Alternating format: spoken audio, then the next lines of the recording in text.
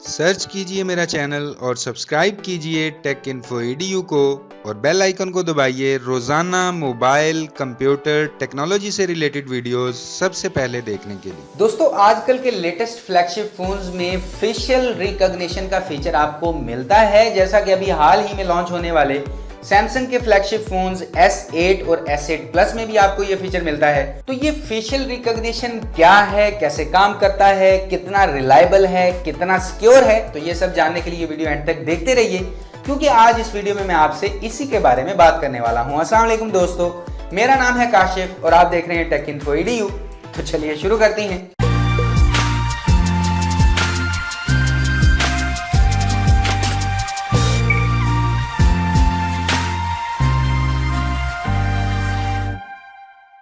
अब दोस्तों, facial recognition क्या है? तो ये एक बायोमेट्रिक मेथड ही है जिसकी मदद से किसी भी यूजर के चेहरे को स्कैन करके उसकी आइडेंटिफिकेशन की जाती है।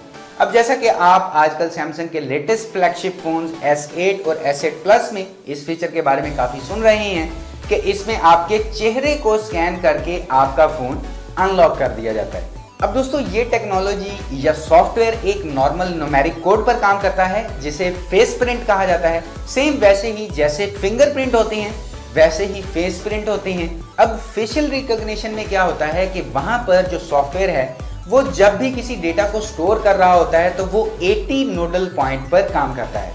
अब यहाँ पर एक नोडल पॉइंट से दूसरे नोडल पॉइंट तक कितनी लंबाई है, कितनी चौड़ाई है, कितनी ऊंचाई है या कितनी गहराई है। फॉर एग्जाम्पल, अगर फोन में लगा हुआ सेंसर यहाँ के नोडल पॉइंटों को यहाँ के नोडल पॉइंट से मैच कर रहा है तो वो ये देखेगा कि यहाँ से यहाँ तक कितनी ऊंचाई है या इन दोनों के दरमियान कितना फासला है। तो इन्हीं बातों या इन्हीं पॉइंट्स को मेजर करके वो सारे डेटा को अपने अंदर स्टोर कर लेता है और बाद में जब यूजर अपने चेहरे को फोन पर स्कैन करवाता है तो इन्हीं 80 नोडल पॉइंट्स को मेजर करके स्कैन किया जाता है और आइडेंटिफाई किया जाता है कि जिस यूजर के फेस को स्कैन किया गया है या जो डिजिटल इमेज कैप्चर की गई है वो ओरिजिनल है या फिर नहीं है। अब दोस्तों, नॉर्मली फेशियल रिकॉग्निशन सॉफ्टवेयर को सिक्योरिटी पर्पस के लिए यूज किया जाता है और S8 और S8 प्लस में भी इस फीचर को बहुत ज्यादा बढ़ा चढ़ाकर बताया गया है कि इन फोन्स में फेस को स्कैन करके भी आपका फोन अनलॉक किया जाता है।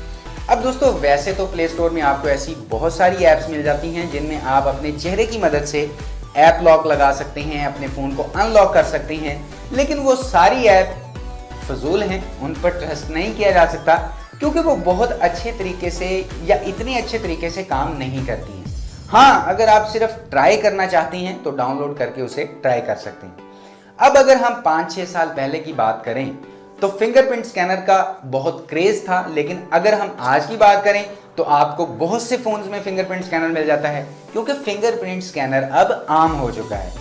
इसी तरह आने वाले 1 या 2 सालों में फेशियल रिकॉग्निशन भी आम हो जाएगा और बहुत से स्मार्टफोन्स में हमें यह फीचर भी मिल जाएगा क्योंकि सभी स्मार्टफोन कंपनियां अपने फोन की मार्केटिंग करने के लिए ये फीचर इंक्लूड करेंगी कि भाई हमारे स्मार्टफोन में भी फेशियल रिकॉग्निशन फीचर है, इसे खरीदें। उसके बाद बात आती है कि ये कितना इंपॉर्टेंट है, कितना सिक्योर है या कितना रिलायबल है। तो दोस्तों, शायद आपने न्यूज़ सुनी हो कि एक एक्सपर्ट ने सिर्फ एक फोटो की मदद से S8 या S8 प्लस की फेशियल रिकॉग्निशन सॉफ्टवेयर को क्रैक कर दिया था। तो मतलब एक फोटो की मदद से किसी भी यूजर के फोन को अनलॉक किया जा सकता है। तो आप खुद ही सोच लें कि ये सॉफ्टवेयर कितना सिक्योर है।